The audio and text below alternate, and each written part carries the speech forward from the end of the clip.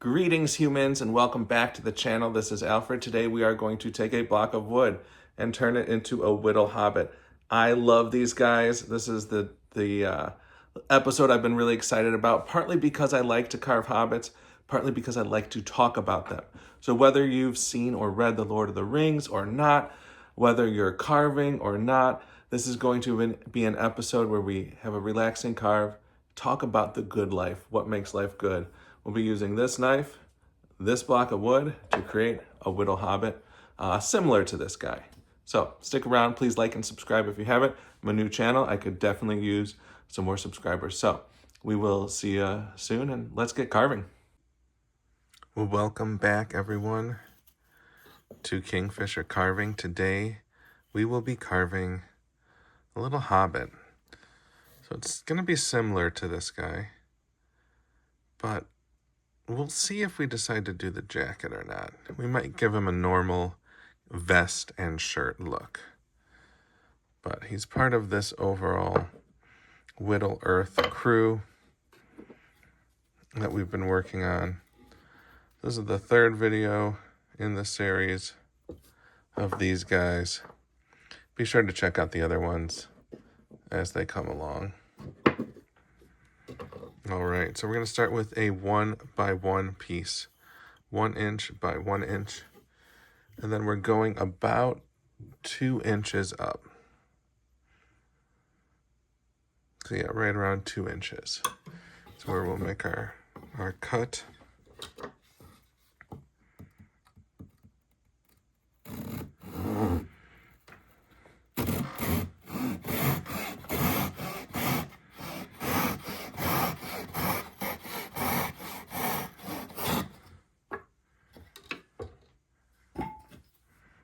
Here we go. Now I have been very excited, maybe too excited to do this video because I love little hobbits. And really, the title of this video should be Carve a Hobbit, Become a Hobbit.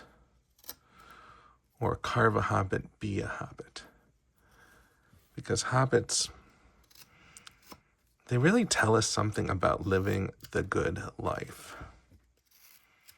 And I think that's one of the reasons people love them so much. They're fun, they're cartoonish. The big feet, the furry feet, being short, half the size of humans. But they also tell us something about ourselves.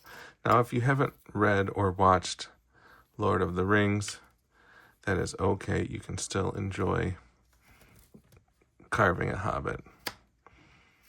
You'll just have to get out there and watch or read the series. I strongly recommend the books. But you can just watch the films as well.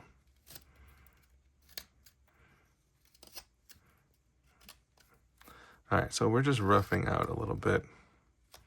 We made a cut almost halfway, probably 35-40% of the way down to begin framing out or roughing out where the head will be. And we'll come along the side here. It's the back of the head. Now the key to the Hobbit is you can't take off anything down here where the feet are. Because hobbits have to have long feet. In fact, technically, if we wanted to have the feet be as large as they are in the film, and with this sort of kind of caricature style carving, we would probably need a different size of wood.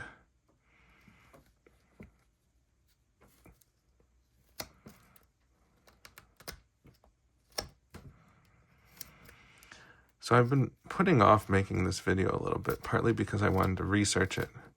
I wanted to have a bunch of inspiring Hobbit quotes to talk about.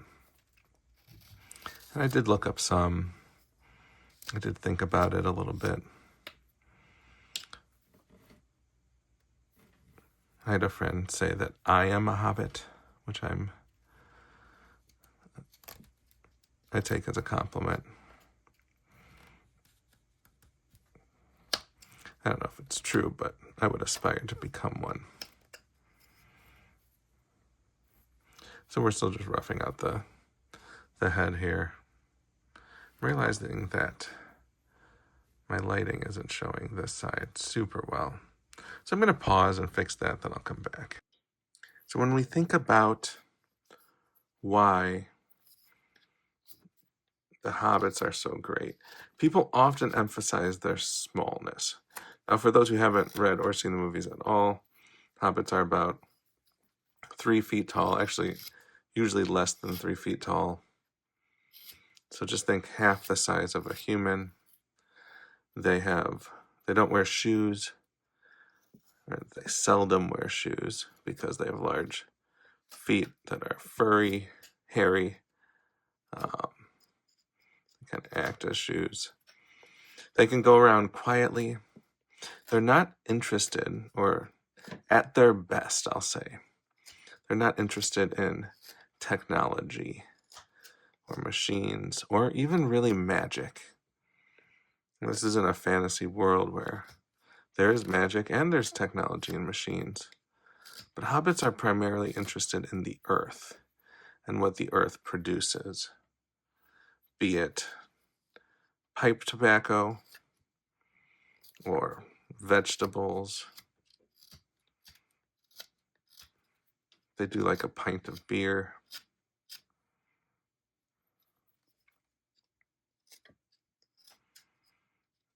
And I think a lot of people like the hobbits because they fantasize that, what if we lived in a world like that, like this 19th century agrarian, rural, country setting with no tractors or pollution, where you could just have your own farm and tend it, where you know your neighbors, and life is good. And yet the irony is that these people who, above all, don't want adventures are the ones who go on this major adventure. And I won't spoil what happens, but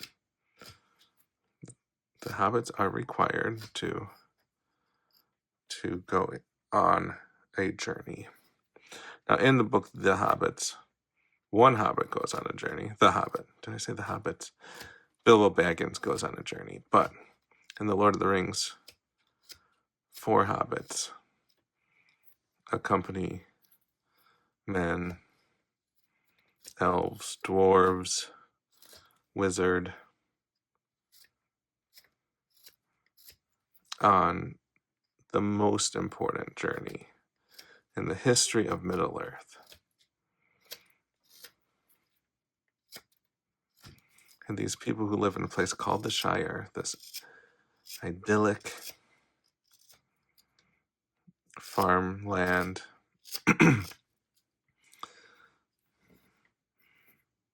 end up leaving everything they know for the sake of the world. And they don't really know if they'll ever come back. We don't know either. All right, so that's our hobbit so far. Like I said, the most important, or among the most important things, is going to be his feet.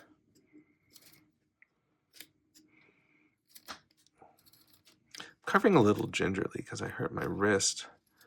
I made a video last week with a Santa, and I mentioned that, and I thought I was really on the mend, but then it got worse. I actually went today, and I did the thing where you just start going online and self-diagnosing and looking at, what people say. And I was worried that there might be a really small problem in my wrist and hand. So I got an x-ray and I'm good. But it is affecting my carving a little bit. All right, now see how it's coming in like this. We want to make sure we have a pretty significant feet here. Now, I've carved several hobbits over my time. I'll show you guys some of them. This was the first one I ever carved. This one was on accident. I just was carving, and I somehow had this kind of boy looking upward. And then I thought, well, what if I just give him big feet? He could be a hobbit. So that was the first one. I still kind of like that guy. Then I tried a new version. And this was a couple years ago. And I liked that one a lot. At the time, it's definitely improved. This was the next guy. Similar. And now I've got a few of these lying around. They're not finished yet, but these are my bigger hobbits. And I will do a video on a whole series of the larger characters. But for today, we're doing a little guy like this. But we might give him a vest or suspenders. We'll see.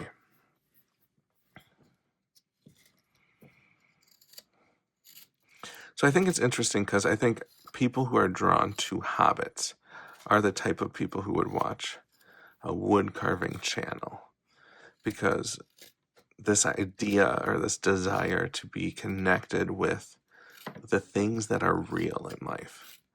So yes, it's YouTube. Yes, it's digital, but we're using a real blade with real wood to create something real. And that is the type of thing a hobbit would enjoy.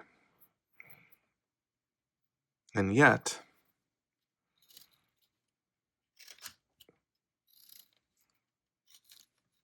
I think sometimes people romanticize the hobbits, see them as like simpleton or overly pure and innocent. And yes, they are at the beginning, and I think they play that role almost like children. But I think every hero plays that role in literature, where you go out on a journey and initially you're like a child. You don't know what you don't know. And as the journey goes on, you start to figure it out. So the hobbits are not children. The movie depicts them more as children than the book does. In the books, I mean, Frodo's, I think, 40 or so. And he's been waiting for decades. But he's still naive in a sense, regard as to the dangers of the world. But I think it's a misinterpretation to think that they're just like innately pure. And I think the movies partly add to that, because there's the final section in the book shows a different side of the 3 books of The Return of the King, the final book. And I won't give anything away, but it shows us a different side of the Shire, where the hobbits live. And it shows us that hobbits are just as prone to the evils of the world: bad governance, lack of charity, greed, destruction of the world, of the earth. They're just as prone as other peoples. And it takes a fight, a battle, to ensure goodness. All right, so what we've done so far is we've come back a lot here because we want to emphasize the size of the feet. The head is still fully intact. That will be trimmed down. We've also separated the feet here. So I'm going to go back and finish the feet. Or maybe not finish.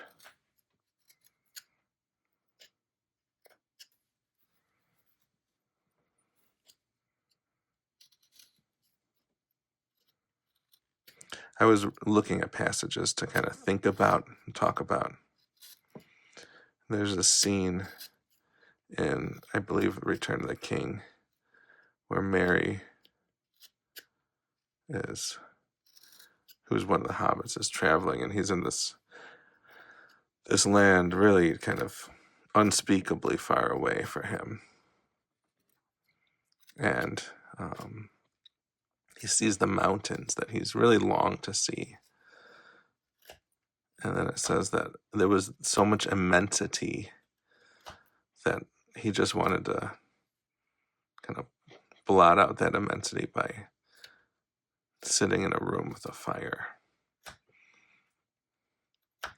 And that really hits home. Those moments in life where there's so much immensity. Whether it's when you start scrolling and you see the problems of the world, or your commute, you're driving through and see thousands of cars. Ooh, that was bad. Got a little too imagining my commute. But yeah, the immensity of life can be overwhelming. And sometimes there is this desire to escape. And I think sometimes when we look at the hobbits, we think, look, this is a group that was able to just escape. And we want them to just stay like that, away from the world, in the Shire, not worrying about other people's problems. And I think on one hand, that is what we ought to do, at least for most of us. I mean, focus on the problems at home. Focus on the problems in your own life. Fix your life first. Make sure, for me, like, my wife and children aren't provided for and happy and thriving. That's my first step. I can't fix the world until I have them doing well. But then the hobbits show us that even if our desire is to ignore the problems of the world and solely focus on ourselves, there is a certain point where we must step in and act. And of course, Tolkien, when he was writing, all right, what else did we do? Normally, I like the pants to come down over the boots a little bit, or shoes. But once again, we want to emphasize how big the feet are. So that's why we're keeping this, the pants are down here instead. All right, it's almost like a bird's wing right here.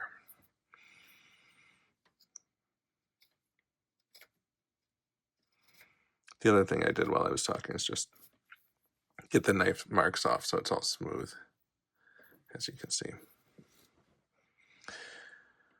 But yeah, there's a desire, I think, to escape the world. And I think that there's a time to focus on the small things. And those are the most important things. That's the point of it all. And yet, there's a time to step forward and fight. And the hobbits, Merry and Pippin, Sam, Frodo, they show us that both desire to be small, to live the small life, and the necessity for small folk to step in big affairs. And Tolkien was a veteran of World War I.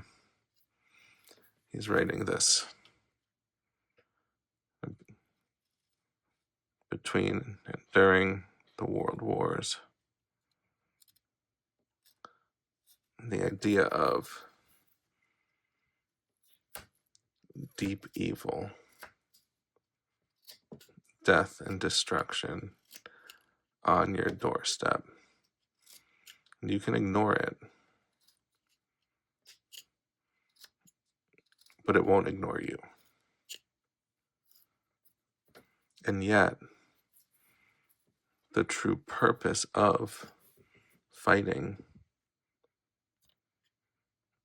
is for the small life to be possible.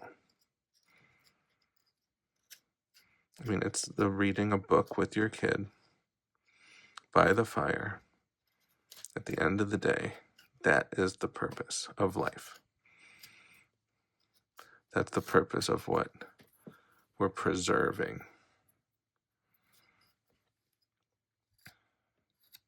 I guess it doesn't have to be by a fire necessarily. I know that there are some who have been watching these videos who do not like smoke. Thinking of one man in particular who I respect. The smoke gives him some pretty serious allergic type reactions. So he doesn't have to sit by the fire to read a book. But for most of us hobbits, that might be how we prefer it. All right, so we're carving out the face here. And these are simple little 1-by-1 faces.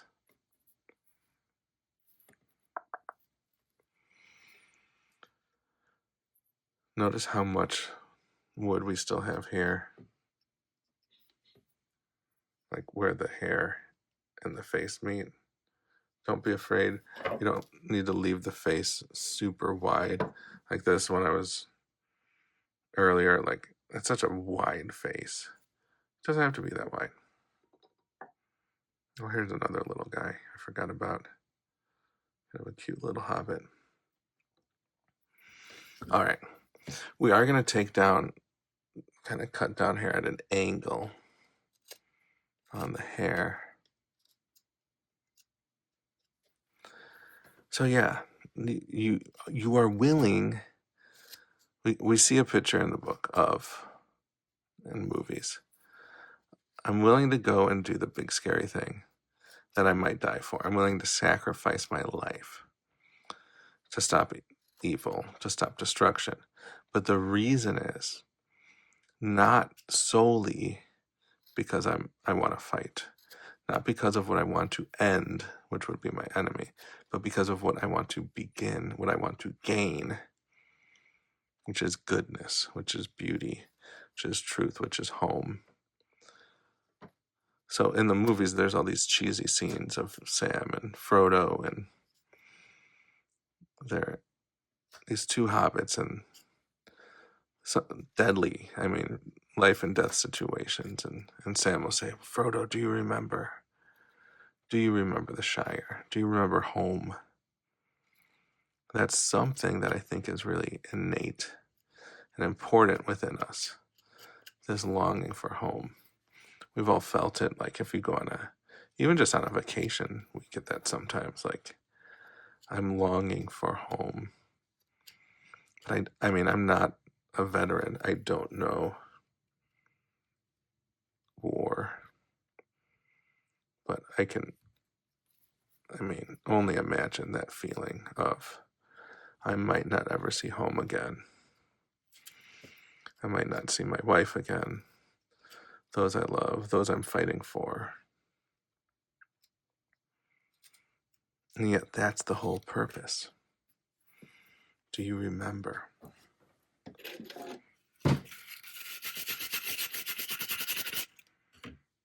All right, so this is our hobbit so far. He is looking sharp. Put him next to the elf. Let's see, this little guy. The elf is my least favorite of the characters that I've carved, but we'll get him one day. All right.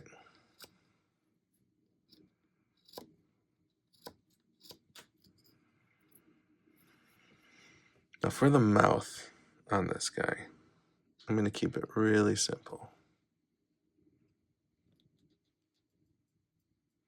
We're just going to cut a smile in.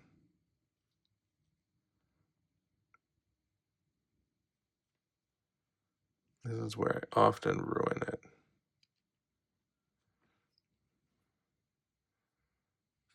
You can hardly even see it with the lighting there.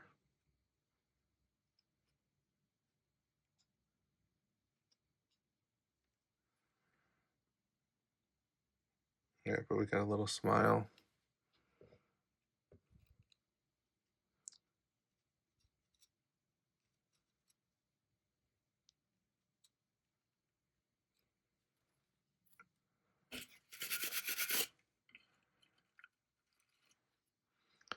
And then I'm realizing the nose is pretty off. It's asymmetrical. This is not intentional.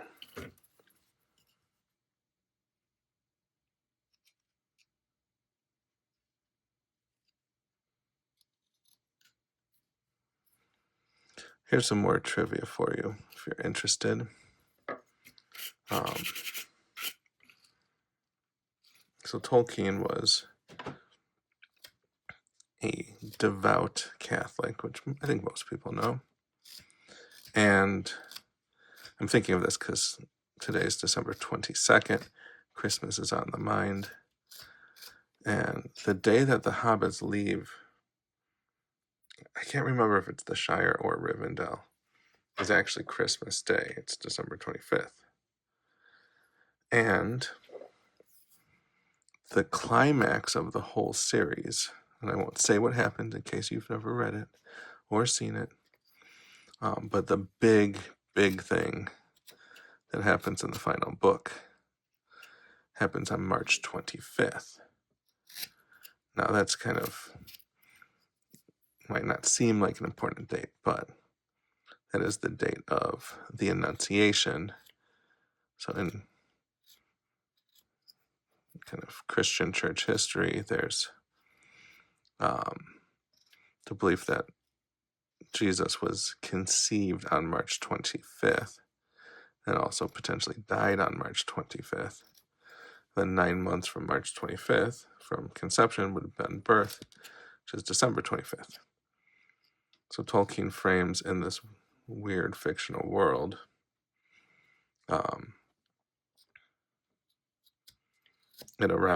he frames it around the Christian calendar, which I think is interesting. All right, so for the hair, I want this guy to have kind of a little thing there. Then we're going to do some swooping. I'm going to start with the 2mm, the Dockyard Tools. Now, if you only have a knife,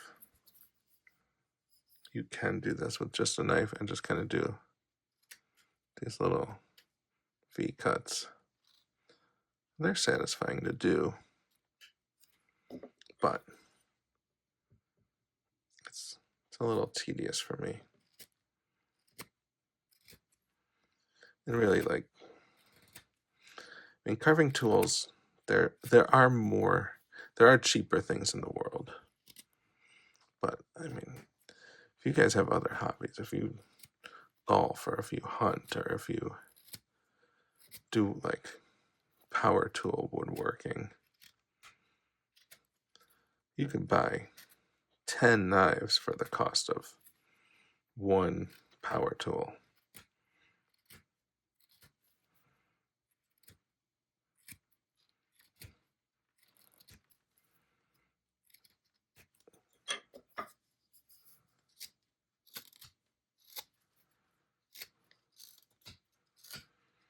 So yeah, I think we should focus on, our motto here is carve a hobbit and be a hobbit. Be a hobbit in the sense of focusing on real things, focusing on the real world around you, not the things bigger than you, but also engaging when the time comes, when the moment comes where maybe something bigger than you need to be a part of. You need to be aware and open to. And it doesn't mean you're seeking those things out. It doesn't mean you're immaturely hoping, narcissistically thinking that everything's about you. But you're willing to step in. All right, we got to make a decision. I do think I will do the simpler option here. I'm going to do these larger hobbits at some point, and those will be a different look. But For this one, I'm going to do our little buddy just wearing a cloak. And this makes it super simple. You don't have to carve. The arms. All right, so for the cloak, I'm just going to make a cut coming down. And once again, I normally keep the cloak going all the way down. I think I did that on this one. So you could do it either way. But I do think keeping more of the feet exposed is good. And then you're going to come in here at a slight angle.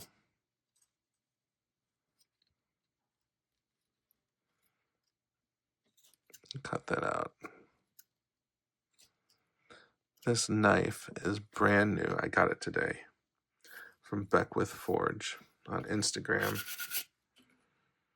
They shipped it out fast. It is excellent and it's perfect for this type of carving 1x1. It would be good on a larger piece as well, but it's a 1 1/8 inch blade.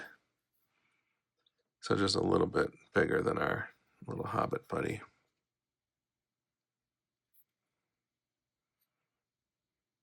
Yeah, you can go relatively deep on this cut.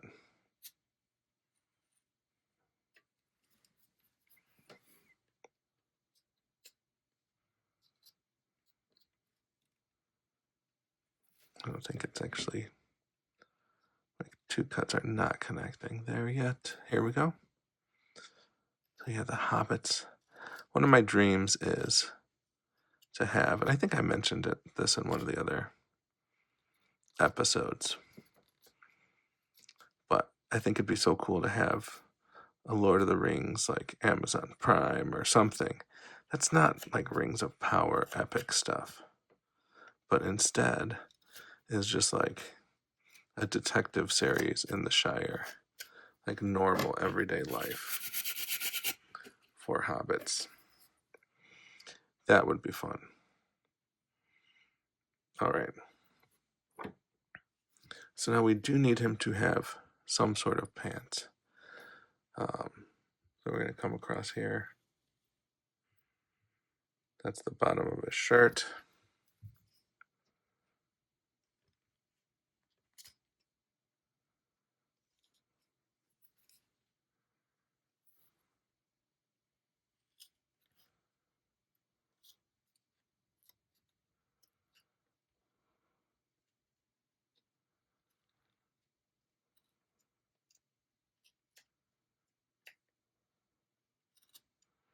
I think I went a little too low. Partly it's going to be hard to get the knife under there to make the rest of the pants.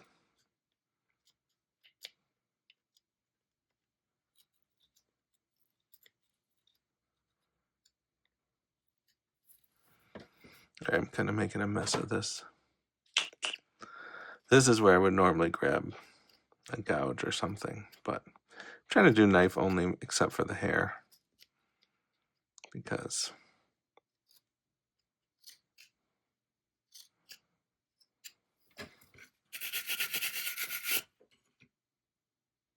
everybody should be able to do this, even if you don't have gouges and stuff. All right, so the back we want to give a little bit of movement.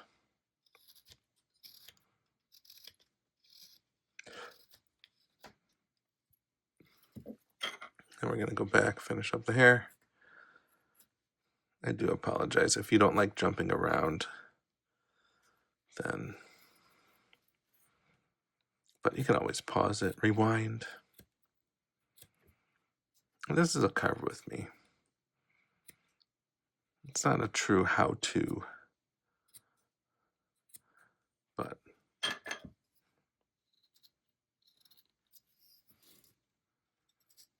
yeah, first time using this knife, I really like it. Be able to get that kind of curve which not every knife wants to do.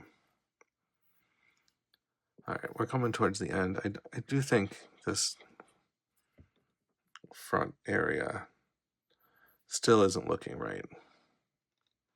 So we're going to come up, take a little more wood off there.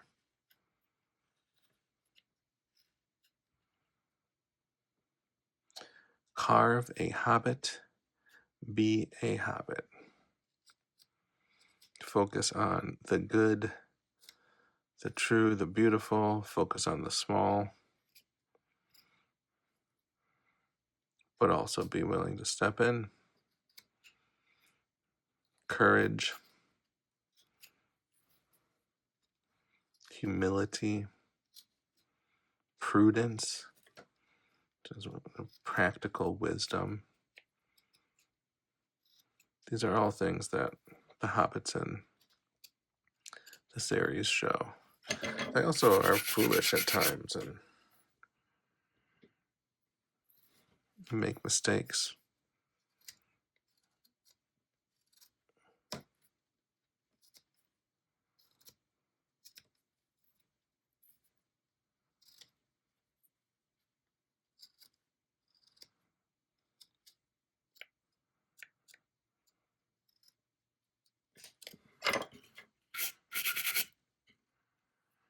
All right, now we're going to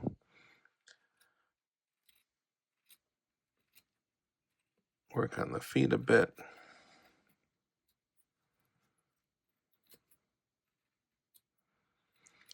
Basically same thing as the hair, because once again, hobbits have hairy feet, so we want to give texture to it.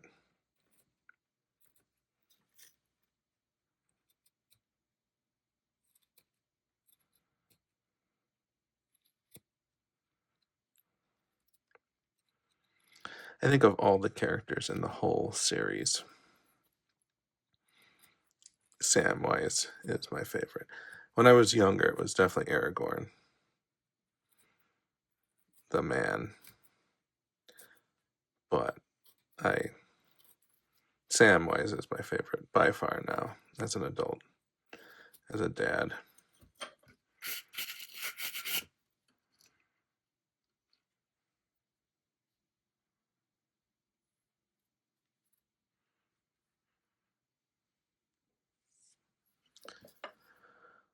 Samwise is definitely the best. I would argue he's the true hero of the book. In the movie, he might not be. Maybe that's why I didn't like him as much, because I didn't read the book until I had seen the movies multiple times. And I read the book first in college, and I've read it several times since. I read it to my daughters, which was fun. But I think, when I read it, probably wasn't until I was in my 30s that I realized that Sam was my favorite character. One of my favorite characters in all of literature. And he's a regular guy, and yet he's a poet. He loves, he's faithful, he's loyal, he's wise, he's courageous. He likes to eat. All of these things are good things. All right. This guy is pretty much done. I'll go back through, once I finish painting him, I shall put up, I'll put up in the video, earlier in the video, kind of what the final product looks like. But he's a simple guy, like his buddy. Once again, this is a very simple hobbit carving. Want something you could sit down, spend a little time, and get him done. These guys go great on bookcases with the rest of the crew. And that's the plan. Thank you for stopping by. This is Alfred, and we'll talk to you later. Be sure to like and subscribe if you can. So long.